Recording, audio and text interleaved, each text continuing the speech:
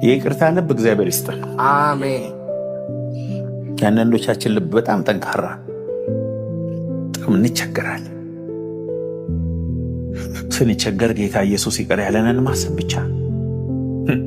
ጴጥሮስ እኮ ኢየሱስ የተያዘ ምሽት በገረድ ፊት ካደው ነው አይደል የምንለው? መጽሐፍ ቅዱስ ካደው አይደለም የሚለው፣ ረገመው ነው የሚለው።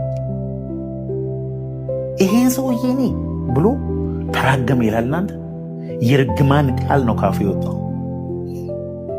ያን ቀን ግን ኢየሱስ እግሩን አጥቧል።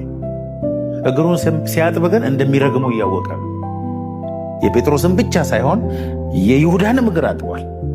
እንደሚሸጠው 30 ብር እንደተቀበለ ሁሉ ያውቃል። ሲያጥበው ግን ፕሪቴንድ እያደረገ አይደለም፣ የምሩን ነው ያጠበው። እናጥባለን እኛ፣ ቦታ እንለቃለን እኛ፣ ይቅር እንላለን። ልባችን ሶፍት ነው። እግዚአብሔር አሁን በደል የተበደላችሁትን እስቲ ዘርዝሮ ቢባል ሰው ሁሉ ተነስቶ ጠር ነው የሚያደርገው።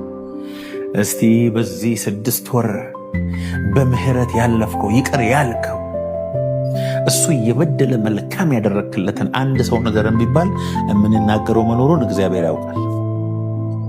በነገራችን ላይ ይቅርታን እምቢ ያለ ሰው ይቅርታ ከሚያደርግለት ሰው የበለጠ መከራ ውስጥ ነው። እውነት ይሻል። ይቅርታ ለማድረግ ይባላል እኮ መርዙን እኔ ጠጥቼ እሱ እንዲሞት መጠበቅ ነው። እኔ መርዝ ጠጥቼ አንተ አትሞትም፣ እኔ ሆነ የምሞተው። ቢተርነስ፣ ምሬት፣ ሐዘን፣ ተስፋ መቁረጥ፣ ፊት መጨማደድ፣ በሽታ ያመጣል። በሳይንስ በተጠና ጥናት ዓለም ላይ ሰዎችን የሚገል አንደኛ ህመም ምን እንደሆነ ታውቃላችሁ? ሀርት አታክ።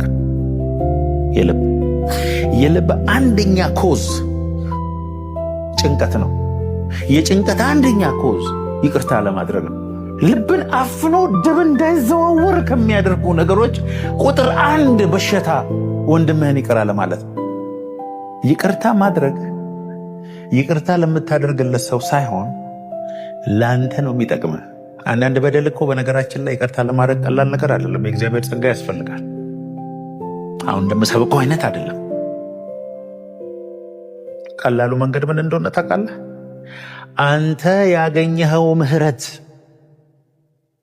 ቀላል ምህረት አይደለም።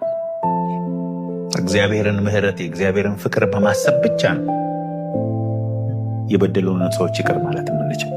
ይቅርታ ስታደርግ መንፈስ ቅዱስ በአንተ ውስጥ በኃይል ያልፋል። ይቅርታ የማያደርግ ሰው